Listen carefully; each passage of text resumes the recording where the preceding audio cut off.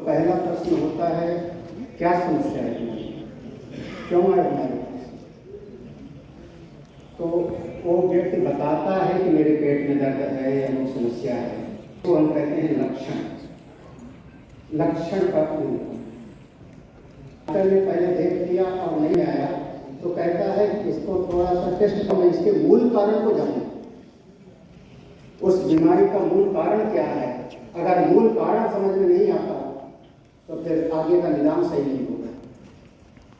तो पहली चीज है लक्षण, दूसरा होगा उसका मूल कारण। और जब एक बार डॉक्टर ने देख लिया, समझ लिया कि इस बीमारी का ये मूल कारण है, तब वो प्रिस्क्रिप्शन लिखता है, उपाय लिखता है, एक दवाई खाओ, निदान है। और अंतिम स्थिति चौथी बार बता देता है चलते चलते, अगर तुम स्वस्थ होना चाहते हो तो थोड़ा ये परहेज करना, संयम यह न विषय का आशा। अगर आपको कोई ऐसी पेट बीमारी है पथरी की तो टमाटर मत खाना, अमुक चीज मत खाना।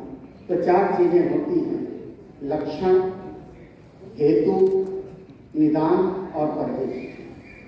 हमारी भारतीय सनातन सभ्यता में जो कुछ समस्याएं आ गई हैं तात्कालिक रूप से, उसके लक्षण का सारे महापुरुषों ने निरूपण किया। लेकिन एक बात मेरे चित्त में अभी अभी खटक रही थी, जैसे कहा कि सनातन का कभी नाश नहीं होगा। हम थोड़ा भ्रम में नहीं गिरे। जब हमारा ये हिंदू होलोकास्ट जो एक नाम दिया था, हम भ्रम में, जब हमारा पाकिस्तान बना था वहां पर भी तो 27 करोड़ हिंदू थे, कहाँ गए? आज तो 1% भी नहीं रह गए। आज कश्मीर में जाए तो हमारा सनातन धर्म कहाँ रह गया? कश्मीर में हमारी ही तो शारदा पीठ थी जहाँ भगवान शंकराचार्य को जगत गुरु का पद दिया गया, कहाँ रह गए? आज हम सुनते जा रहे हैं। दक्षिण भारत में केरल चले जाओ, बहुत हल्के नहीं लेना है, ये शुक्रमुखी न्याय नहीं है, वो भेड़ वाला नहीं है। सामने वाली भेड़ कट रही है, वो कहता है सामने को, तुम घबराओ मत, तुम नहीं कटोगे, तुम नहीं कटोगे। हम सब समझो कि एक ऐसी समस्या के अंतर्गत हैं, धीरे धीरे सिमट रहे। हमारा हिंदू समाज ही कट रहा है। हेतु क्या है? ये तो लक्षण तो सभी महापुरुषों ने बताया।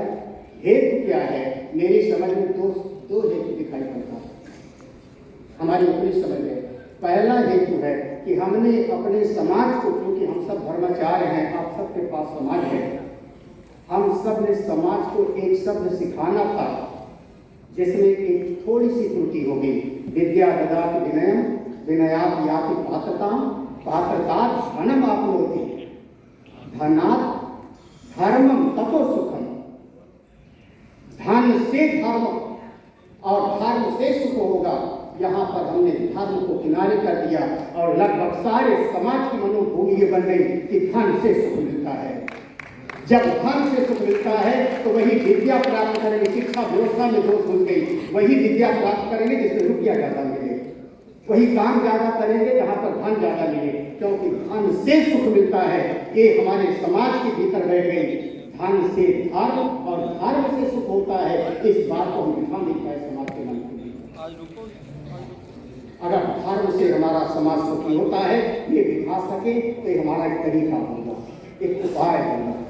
और एक शब्द और कहना चाहूंगा, हमारे वेद, हमारा वेद बहुदेवतावादी है, लेकिन हम पंचदेव उपासक थे। पंचदेव हमारे लिए उपास्य थे। समाज समय के साथ में एक ऐसी धारा चली कि व्यक्ति की पूजा प्रधान हो गई। कोई भी एक महापुरुष, उसके अगर 5 लाख फॉलोअर हो जाते हैं, उसको भगवान जैसा पूजा करने लगते हैं और धीरे धीरे हमारे सनातन धर्म की एक अंग कटता जाता है। व्यक्ति पूजा और विचार करने पर शुरू कहाँ से हुआ व्यक्ति पूजा? अगर देखें तो हुआ होगा या तो महात्मा बुद्ध से और या तो आदिनाथ। बीच में आज पंजाब में देखो कई शाखाएं हैं। आज हमारा महाराष्ट्र में एक शाखा है महानुभाव, देखो वो तुलसी का कीर्तन करते हैं। एक शाखा आप क्या कर्नाटक में चले जाओ, कम से कम दर्जनों शाखाएं हैं जहां पर व्यक्ति प्रधान दिए और हमारे हमसे अपने आप को अलग कहना लगते हैं। आज कई ऐसे स्थान पे जाओ जहाँ पूरे जीवन काली माँ की पूजा किया होगा, लेकिन आप जाओ तो वहाँ पर काली माँ की विग्रह नहीं मिलेगा। तो हम व्यक्ति को प्रदान करने लगे, तब से हमारे समाज में थोड़ा थोड़ा विखंडन होने लगा और धीरे धीरे समस्या पैदा हुई।